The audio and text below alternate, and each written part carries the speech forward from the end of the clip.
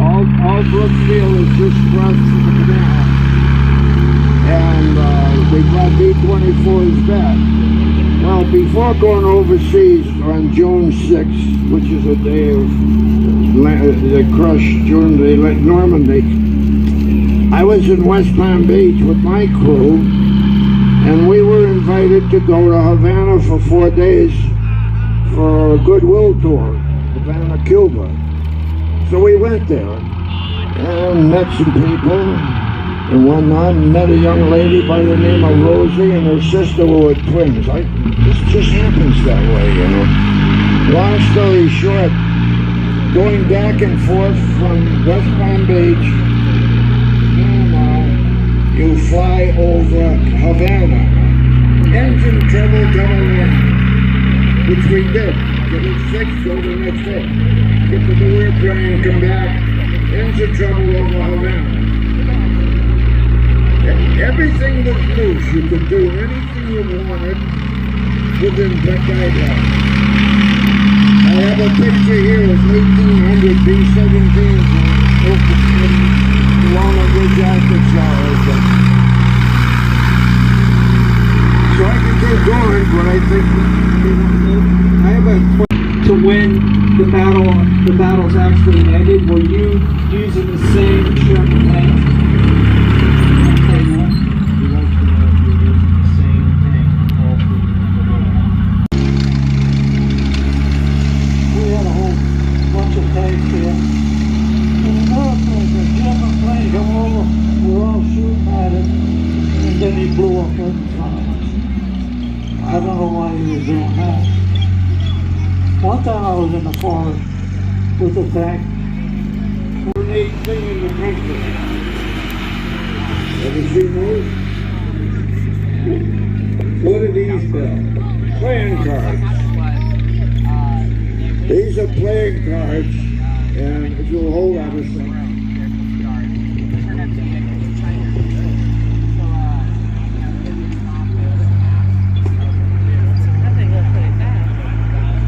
Supposed to. On the back of them by hearts.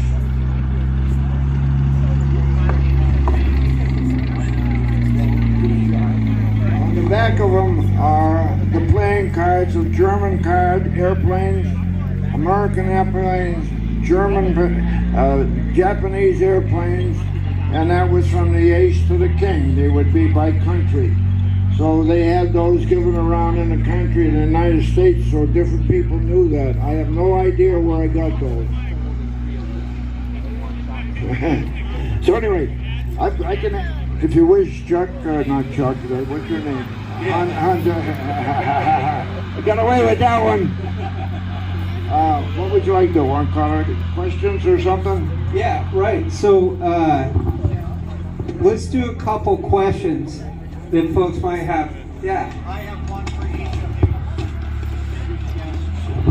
Alfred, they credit the Germans with giving the Allies great access to the Reich by building those autobahns. And apparently that helped speed our entry toward Berlin. Did you drive on the autobahns with your tanks? And the road was clear ahead of you, wasn't it? On the autobahn, I got a picture of a German. When you went on missions, you had a business card. No.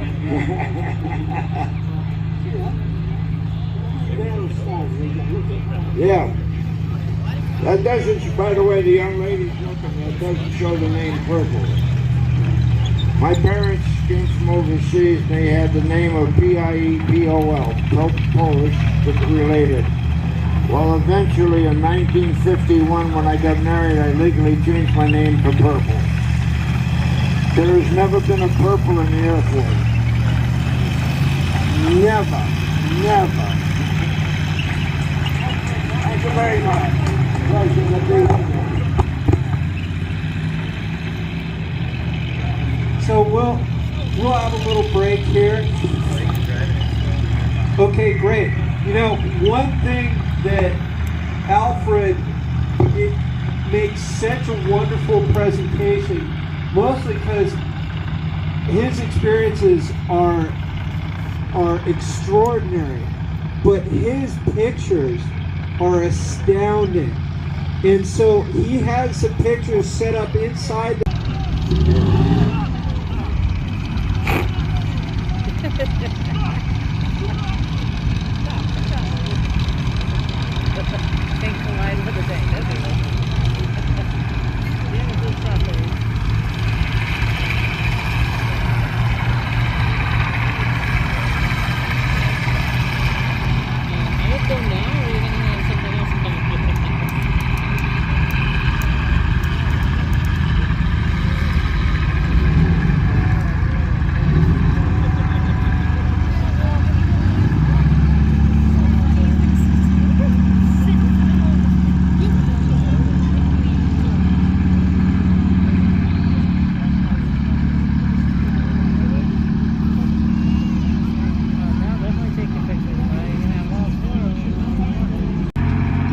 There's one. Did they know they were building their dunes? There's one picture of the Autobahn with a crashed German plane next to it. Go ahead.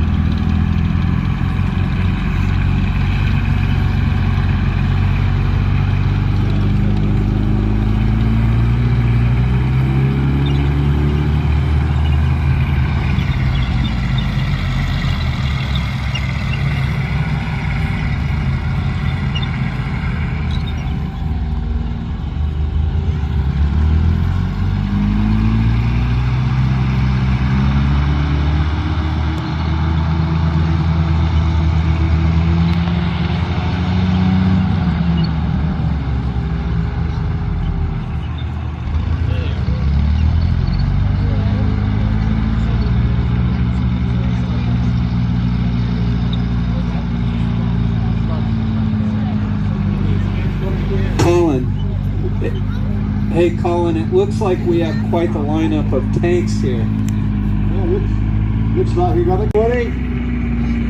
Get the crews in there, wave. Guys, hey!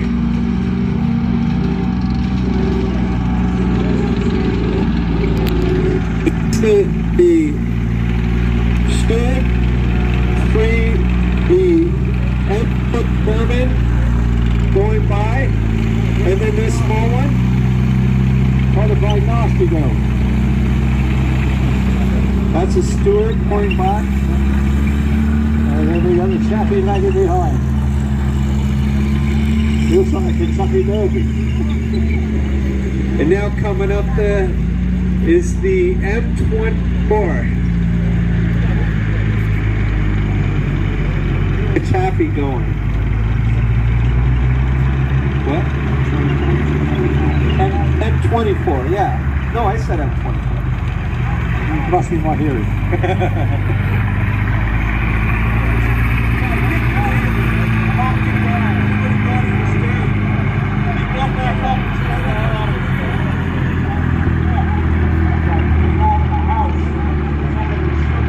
So while everyone's here, you'll definitely want to go over and check out the historic aircraft collection in the hangar.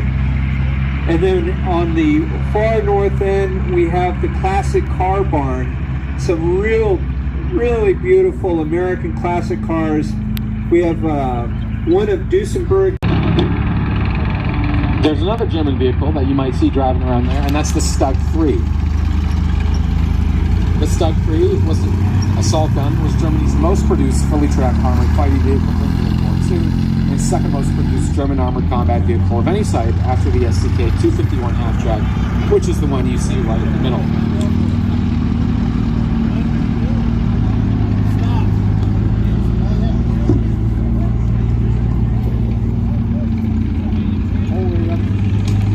It was built on a modified Panzer III chassis, although this one was not. Later. It was designed by Alcat with a price tag of $82,500. The Stug 3 built 10,086, while the STUH-42 built around 1,300. The Stug 3 weighs 23.9 tons with a crew of 4, driver, commander, gunner, and loader. Its armor thickness ranges from 16 to 80 millimeters. Its main armament is a 1x 7.5 centimeter Stuck 40 L48, capable of carrying 54 rounds. Its secondary armament could vary for 7.92 millimeter MG34 or MG42 machine gun, capable of carrying 600 rounds, and a coaxial 7.92 MG34 machine gun firing from a hole in the gun mantle. This was only in 1944 onwards, again capable of carrying 600 rounds. The maximum speed of the Stug 3 was 40 kilometers an hour, or 25 miles per hour, with an operational range of 155 kilometers per hour, or 96 miles. For those interested, the Stug 3 is a very economical 1.1 miles per gallon, or 260 liters per 100 kilometers at 22 miles.